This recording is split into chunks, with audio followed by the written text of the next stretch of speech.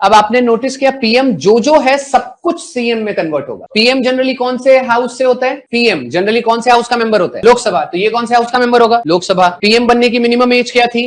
25। इसकी क्या होगी? 25। पीएम रेजिग्नेशन किसको देता था? प्रेसिडेंट। तो सीएम किसको देगा? गवर्नर। पीएम जो प्रेसिडेंट का पोस्ट होता है स्टेट लेवल पे वो गवर्नर होता है। तो बस ये याद रखो, जो पीएम कर सकता है वो गवर्नर कर सकता है। वहां जो प्रेसिडेंट कर रहा था स्टेट में वही चीज कौन करने वाला है? गवर्नर। तो सीएम किसको रेजिग्नेशन देगा? गवर्नर को। चलो अब एक काम करते हैं, रियल अब सारी चीज स्टार्ट कर देते हैं। पीएम को कहा जाता था head of the real head of the state, तो सीएम को भी कहा जाता है real head of the state. President को कहा जाता था nominal head of the state. यहां पर स्टेट का मतलब गवर्नमेंट होता है। संविधान में स्टेट का मतलब राज्य नहीं होता, स्टेट का मतलब गवर्नमेंट होता है। पीएम को कहा जाता था real head of the state, CM को कहा जाता है real head of the state. President को कहा जाता था nominal head of the state, governor को क्या कहा जाता है? Nominal head of the state. पक्का?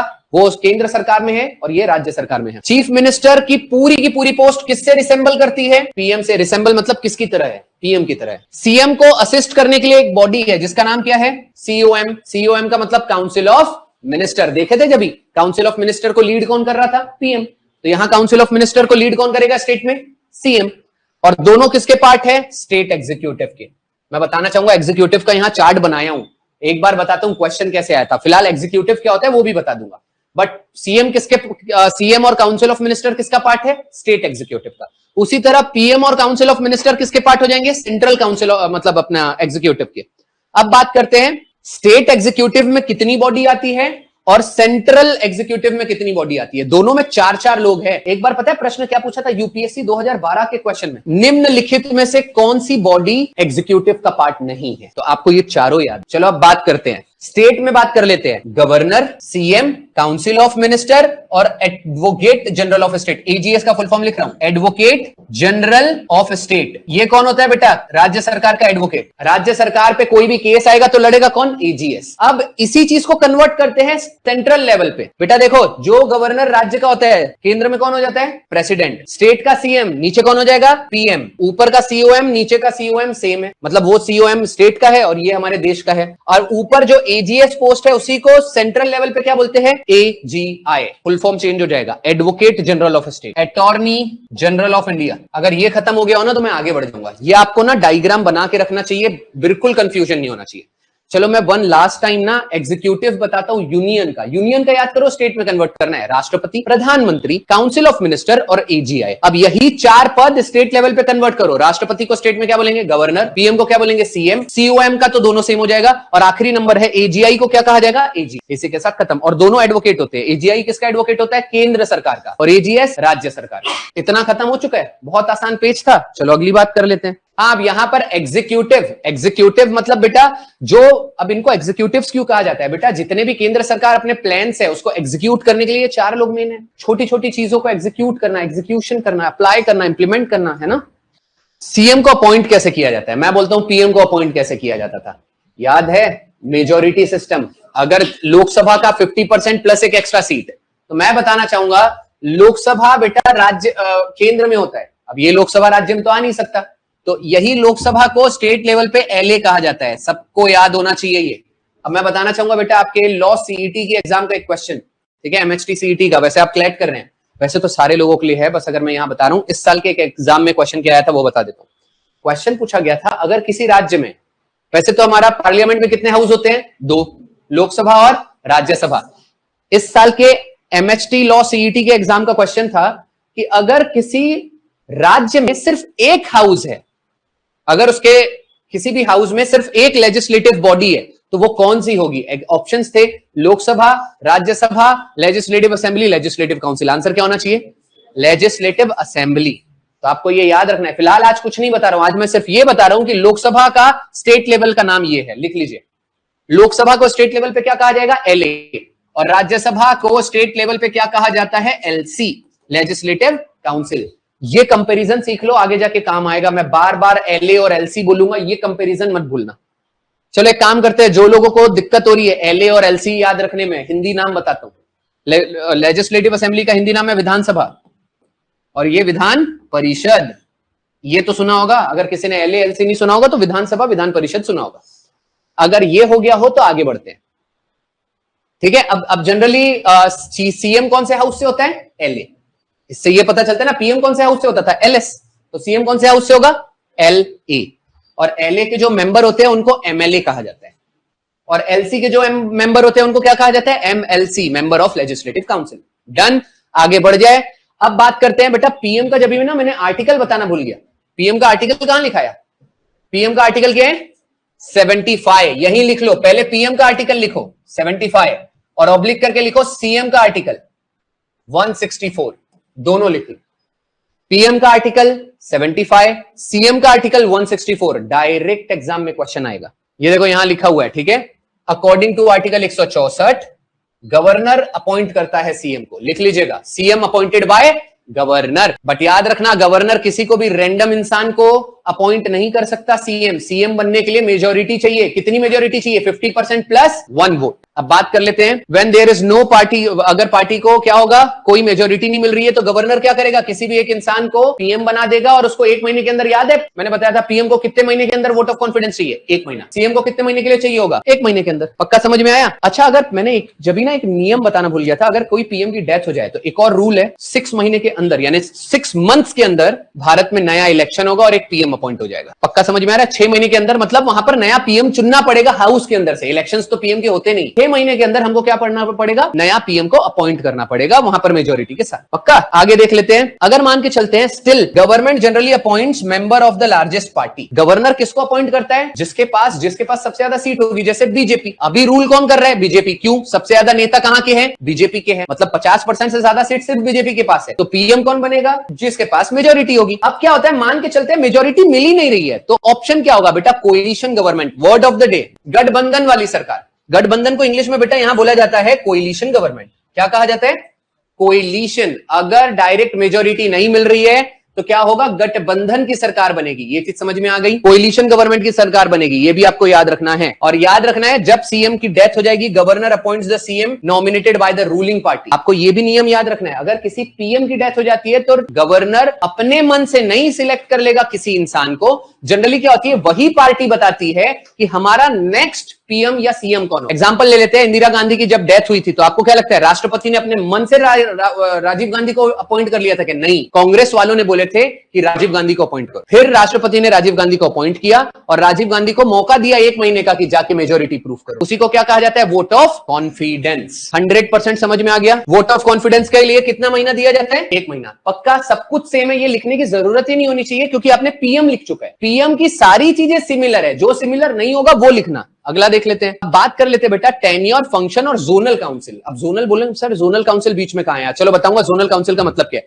बताओ बेटा, पीएम का टेन्योर क्या था, वैसे तो 5 साल था, बट मैंने लिखाया है ब्रैकेट में नॉट फिक्स। नॉट फिक्स का मतलब क्या होता है, at the pleasure of president. तो वैसे ही इसका 5 ईयर है but at the pleasure of governor. ऊपर का जो प्रेसिडेंट है, नीचे कौन होता है, गवर्नर होता है। ये अगर चीजें सेम हो गई है तो आगे बढ़ जाते हैं, बट याद रखिएगा, हाँ इसका सीधा मतलब है governor can dismiss him, can not dismiss him till he enjoys the majority. मतलब गवर्नर अपने मन से कभी किसी पीएम को या सीएम को राष्ट्रपति और गवर्नर नहीं निकाल सकते जब तक उनके पास मेजोरिटी है। मतलब अभी मोदी को उठे सुठे हमारा राष्ट्रपति थोड़ी उठा देगा, मतलब निकाल देगा। वो कब निकालेगा, जब मेजोरिटी वहां से हटती है। नहीं, जोनल काउंसिल का चेयरमैन होता है होम मिनिस्टर, वो वाइस चेयरमैन होता है। कौन, सीएम। सीएम कौन हो जाएगा, वाइस चेयरमैन या deputy chairman. He is the member of inter state council. हाँ ठीक है, ये फिलहाल आपको याद रखना है। अच्छा, जोनल काउंसिल के बारे में थोड़ा डिटेल में चल लेते हैं और इंटर स्टेट काउंसिल के ऊपर भी थोड़ा डिटेल में चल लेते हैं क्योंकि आपके एग्जाम में क्वेश्चंस आते हैं। और हम पता है ना जोनल काउंसिल अभी फिलहाल क्यों पढ़ रहे हैं, क्योंकि जोनल काउंसिल और चेयरमैन का चीफ मिनिस्टर का क्या लेना देना है, वाइस चेयरमैन होता है।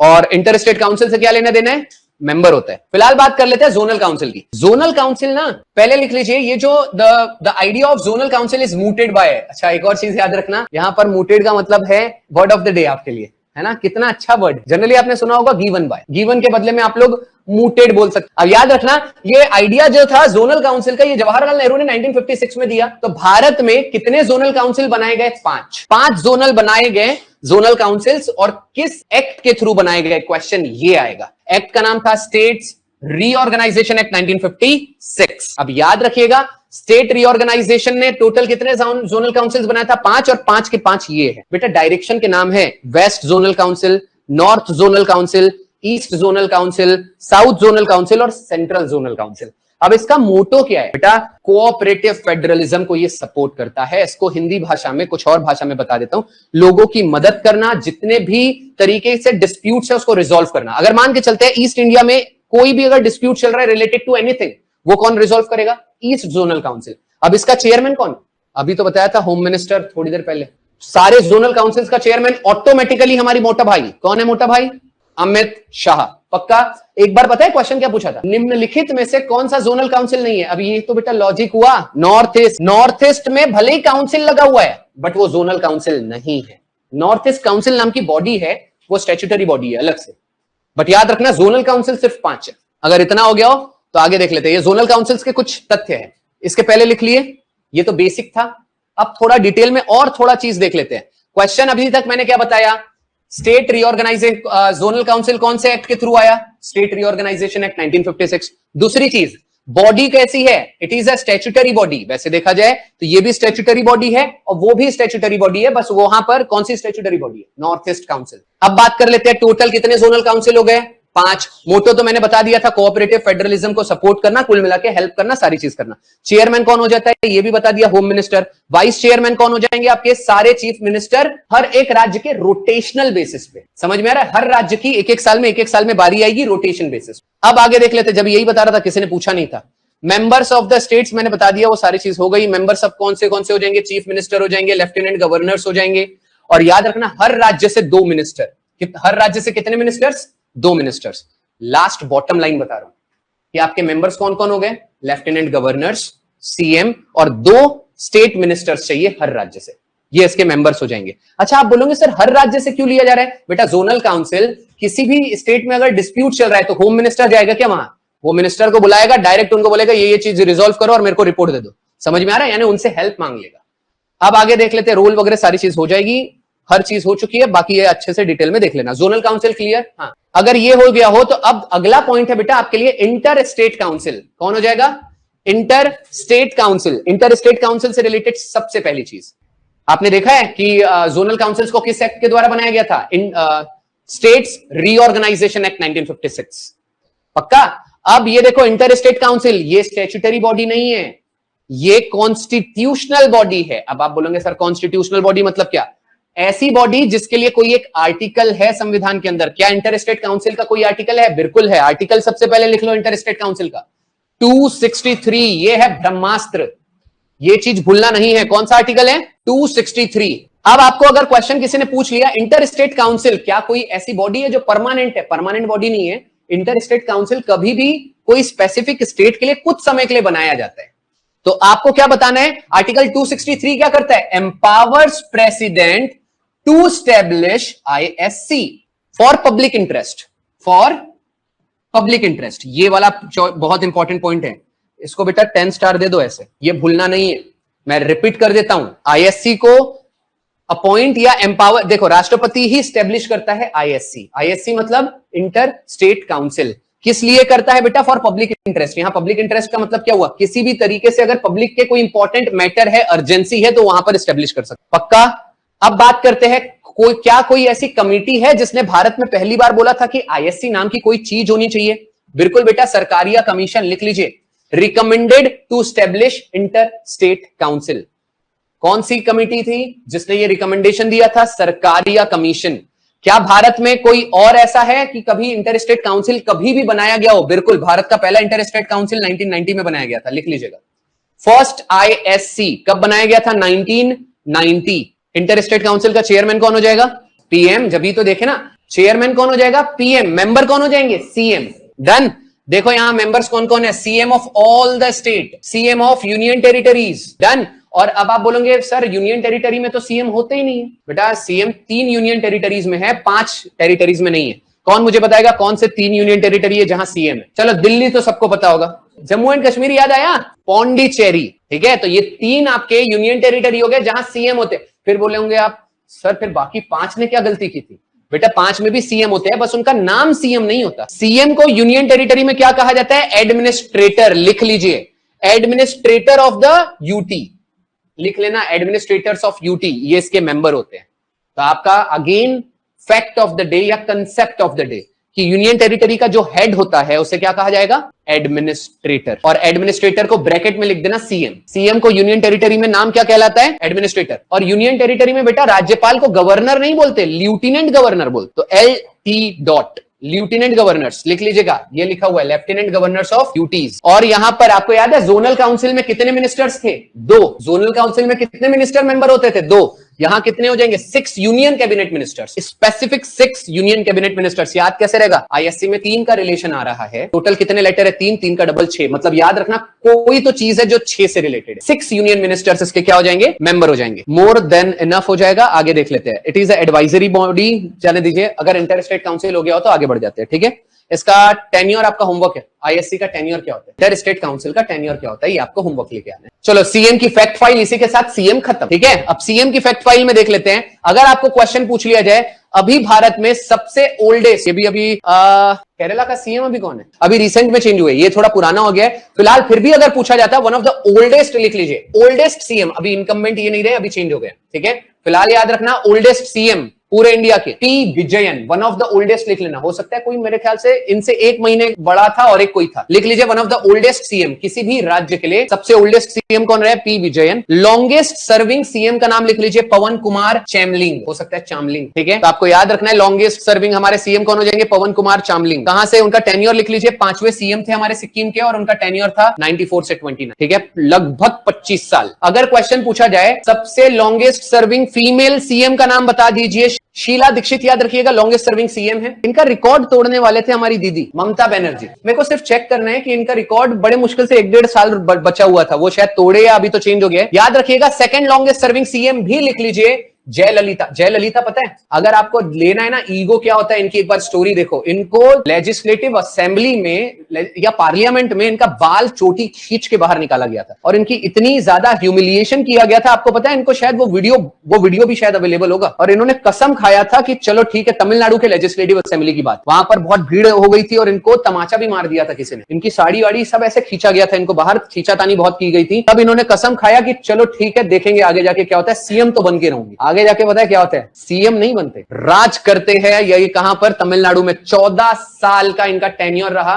और जिस दिन सीएम, जिस बंदे ने इनकी चोटी वो खींच के एक ऐसे स्लैप किया था, वो बंदा उसी दिन जेल के अंदर गया है। जैसे सत्ता आई भाई साहब का सुगड़ा साफ हो गया। तो याद रखना वो कोई भी मतलब ऐसे नहीं करना चाहिए सारा चीज। फिलहाल याद रखिएगा ये हमारी जयललिता बहुत फेमस बॉलीवुड की एक्ट्रेस रह चुके हैं, ठीक है, बॉलीवुड की नहीं टॉलीवुड की। चलो अगला देख लेते हैं। फर्स्ट फीमेल सीएम अगर पूछ लिया जाए पूरे भारत में किस राज्य की थी? फर्स्ट फीमेल सीएम का नाम सुचेता कृपलानी। सुचेता कृपलानी को कौन नहीं जानता? सब जानते हैं। इनके पति को तो सब जानते होंगे ना। इनके पति कौन है? जेबी कृपलानी, जो कि हमारे भारत आजाद कब हुआ? 1947। उसके 1 साल पहले 1946 का आईएनसी का जो सेशन हुआ था बेटा, उसके प्रेसिडेंट थे इनके पति, ठीक है, जेबी कृपलानी। ये एग्जाम का फेमस क्वेश्चन होता है, लिख लीजिएगा इनके पति का नाम क्या है? जेबी कृपलानी। और वो कौन थे? आईएनसी के प्रेसिडेंट। कब? 1946। आपका होमवर्क ये है 1946 का आईएनसी का सेशन कहां हुआ था? कहां हुआ था, ठीक है, ये आपका होमवर्क है। चलो सेकंड फीमेल सीएम देख लेते हैं। मैंने फर्स्ट फीमेल सीएम बताया, बट आपने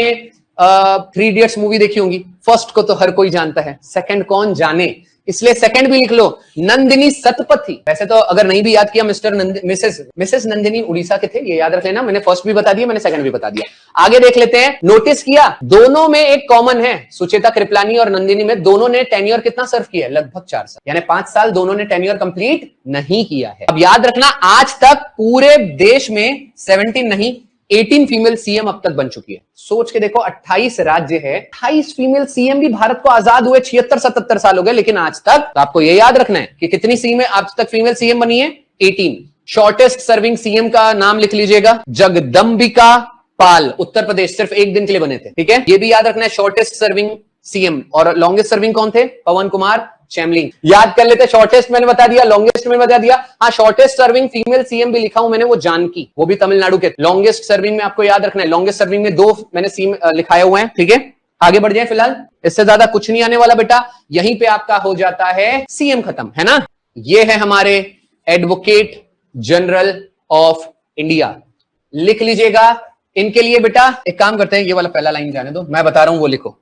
पहले पॉइंट लिख लो, ये कौन से पार्ट में आते हैं? पार्ट 5, ठीक है। इसके पहले हमने क्या पढ़ा? सीएम, पार्ट 6 में आता है, हेडिंग में लिख लो डैश करके, मतलब आपने जो टाइटल डाला होगा सीएम वहां पार्ट 6 लिख लेना, ठीक है बेटा। क्वेश्चन ऐसे आते हैं कौन से पार्ट में कौन कवर हो रहा है। मैंने जब ये बता दिया पार्ट 5 क्या है, यूनियन, यूनियन मतलब केंद्र। अब भैया ये केंद्र सरकार का ही तो वकील है, तो कौन से पार्ट में आएगा, पार्ट 5। अब बात कर लेते हैं, लिख लो he is the legal adviser, he is the chief legal adviser, नहीं लीगल, हाँ चलेगा, legal adviser, legal adviser of government. Chief legal adviser government का कौन होता है, एजीआई। सेकंड पॉइंट लिखो इसका, आर्टिकल, आर्टिकल इसका हो जाएगा 76 और उसमें लिख देना एजीआई अपॉइंटेड बाय प्रेसिडेंट, ठीक है।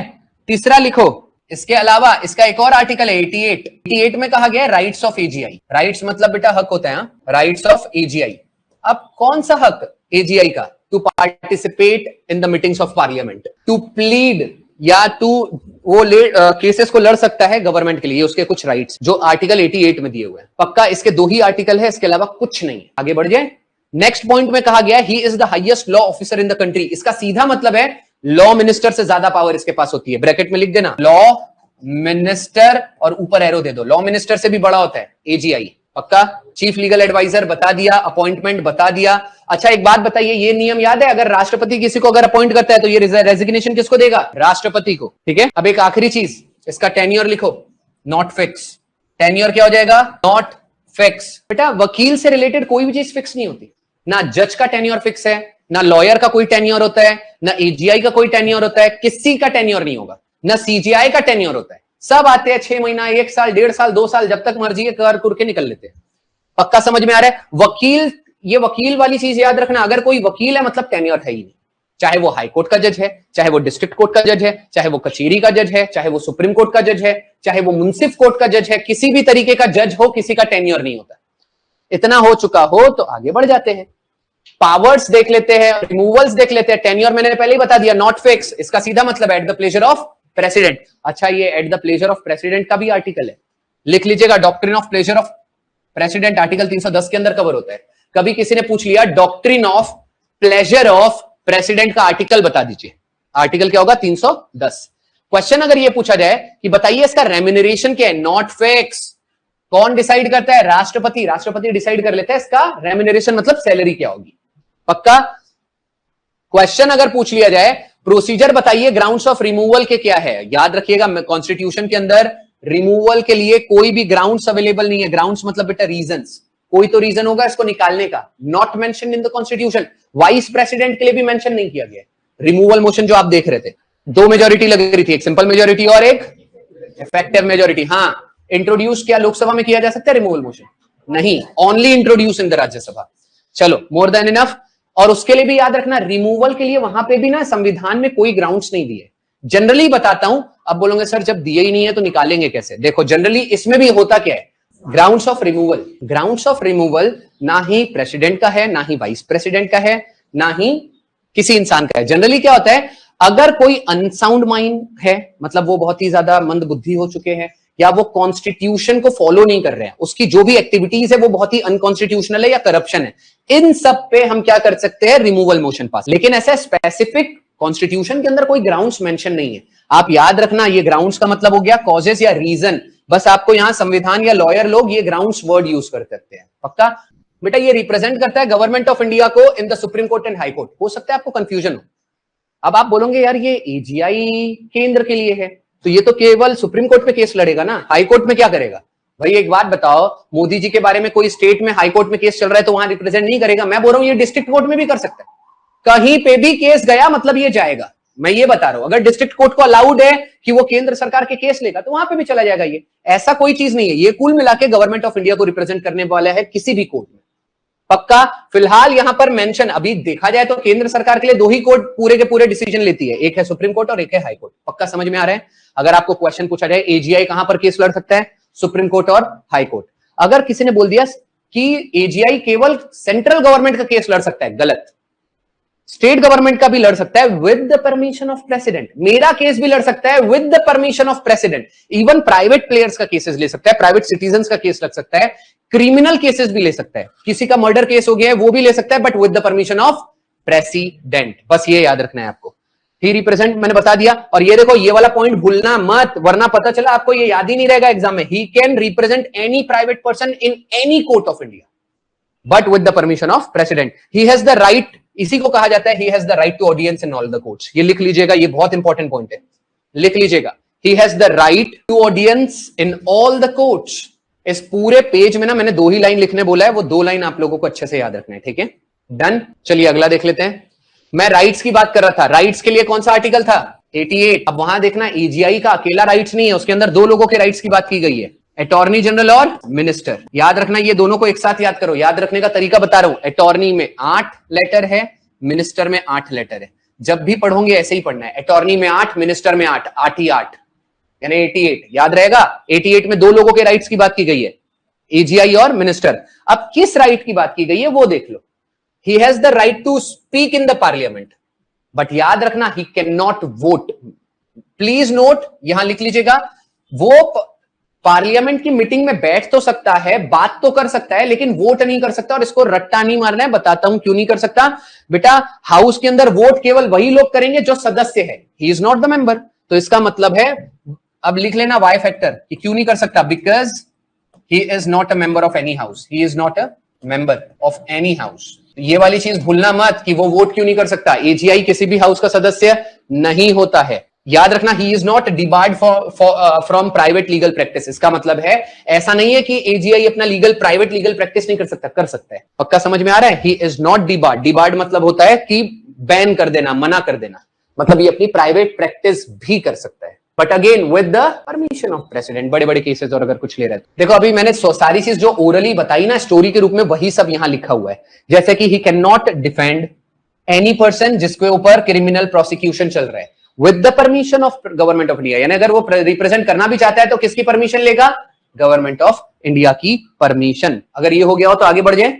हाँ, जनरली बेटा ऐसे कोई स्पेसिफिक टाइमलाइन नहीं है, लेकिन जनरली क्या होता है, 10, 15 डेज, 14 डेज, 15 डेज। अभी क्या हो गया, एक और चीज बता रहा हूं, जब से आरटीआई आया है, अगर कोई इंसान अगर डिमांड करता है तो वहां पे भी रूल होता है 10 डेज के अंदर आंसर दे दो। ऐसी कोई स्पेसिफिक लिमिट डिसाइड नहीं की गई कि उसके अंदर काम करना। केस चल नहीं, देखो बेटा केस चलेगा। केस आया है, अगर वहां लग चुका है तो एजीआई को डायरेक्ट कोई अपॉइंट ही नहीं कर सकता। एजीआई स्पेशल केस में लगेगा तो उस स्पेशल केस के लिए कंसीडरेशन के लिए वहां टाइमलाइन दिया जाएगा कि आप अपना लॉयर इतने दिन के अंदर हायर करो। उसके अंदर भी अगर वो क्विक रिस्पॉन्स चाहता है तो वो आरटीआई मांगेगा कि कितने दिन के अंदर आप जवाब दे रहे हैं, तो उसके अंदर आपको जवाब देना पड़ेगा। अगला देख लेते हैं। अब बात करते हैं बेटा, एजीआई सबने सुना है, एजीआई के बारे में सारे फैक्ट सबने सुने हैं। अब बात करते हैं एसजीआई के बारे में, सॉलिसिटर जनरल ऑफ इंडिया। उसके बारे में ज्यादा फैक्ट्स तो नहीं है, चलो लिखो। ही is the second highest legal officer in the country, second highest legal officer in the country. दूसरी चीज, हमारा एजीआई कॉन्स्टिट्यूशनल पोस्ट था, लिख लो। He is not mentioned in the constitution। ये नोट कर लेना, मतलब इसका कोई आर्टिकल नहीं है। पता चला इसका कोई आर्टिकल डाल दिया और बोले कौन सा स्टेटमेंट गलत है, तो पहचान लेना वो स्टेटमेंट गलत है, ठीक है। He is not mentioned in the constitution, इसका सीधा मतलब है नो आर्टिकल। इसके लिए कोई आर्टिकल हमारे संविधान में नहीं है।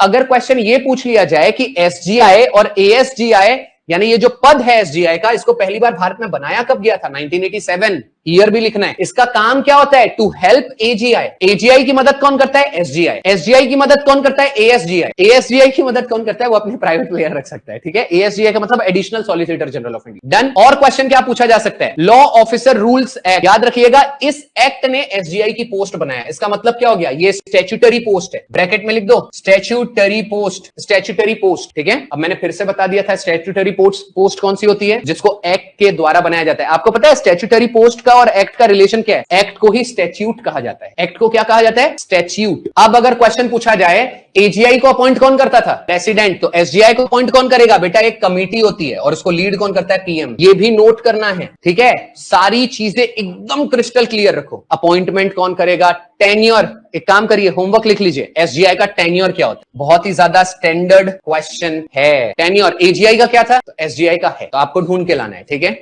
अब एक और चीज, एजीआई से एसजीआई में बहुत बड़ा फर्क होता है। एजीआई बेटा पार्टिसिपेट कर सकता था in the proceedings of parliament, but SGI can not participate in the proceedings of parliament. ये चीजें याद रखनी है। अब आपको लगेगा इतना लिखना, नहीं लिखना नहीं लिखो, क्योंकि ये मैं दे दूं, ये मैं दे दूंगा अगर ये सारा चीज करना चाहते हो। पक्का ये समझ में आया? अब याद रखना, एजीआई कैबिनेट मिनिस्टर का या कैबिनेट मिनिस्ट्री का पार्ट नहीं होता है, तो एसजीआई भी कोई पार्ट नहीं होता है। अब याद रखना है आपको एक और चीज, on the other hand USA का जो अटॉर्नी जनरल होता है, ही इज द पार्ट ऑफ कहां का? कैबिनेट लॉ या कमिटीज। ये वाला पॉइंट आपको याद रखना है। वैसे एजीआई मैंने कंपेयर करा दिया यूएसए का और हमारा।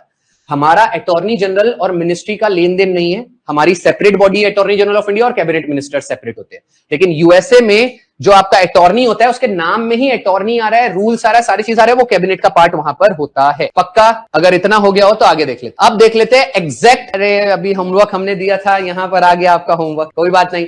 फिलहाल एसजीआई वर्सेस एजीआई देख लो, एक्चुअल में अब देख लेते हैं। मैंने बता दिया था एजीआई का मतलब क्या है, highest law officer of the country, second highest law officer of the country, appointed by president, appointed by committee, और कमिटी का चेयरमैन कौन था? पीएम। इसका टेन्योर क्या है? At the pleasure of president या नॉट फिक्स। इसका टेन्योर क्या हो जाएगा?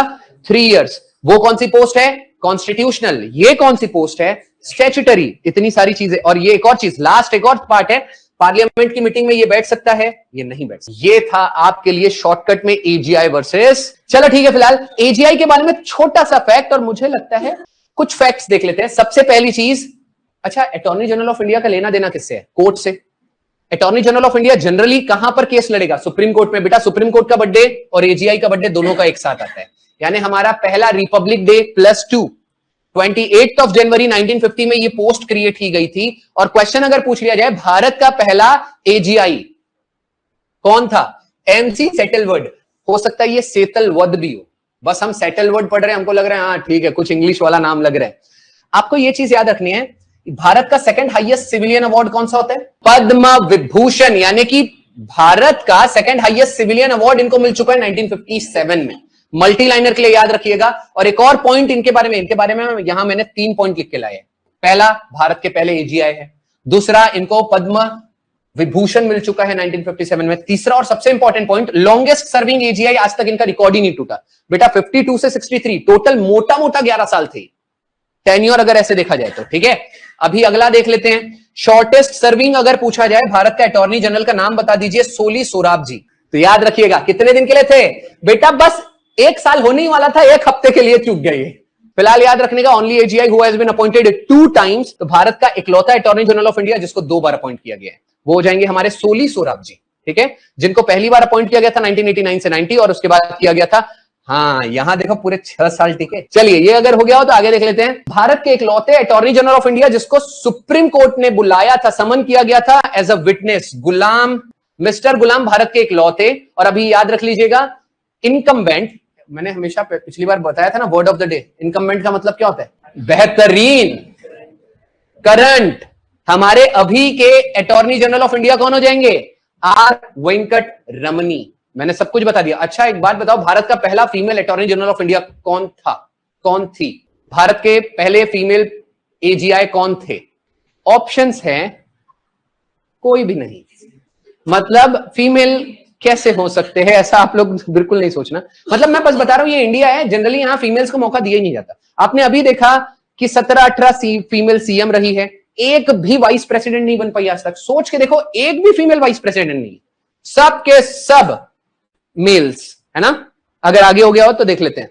ये है आपका फाइनल, ये तो पहले ही बता दिया हूं मैंने। आर्टिकल 76 कवर, आर्टिकल 88 कवर, पक्का? हाँ, 76 को थोड़ा डिटेल में अगर लिखना चाहते हो तो लिख सकते हो। ये आर्टिकल 76 का ना, ये लिख लो 4, उसका टेन्योर 76 में ही अटॉर्नी जनरल ऑफ इंडिया का टेन्योर है। ठीक है,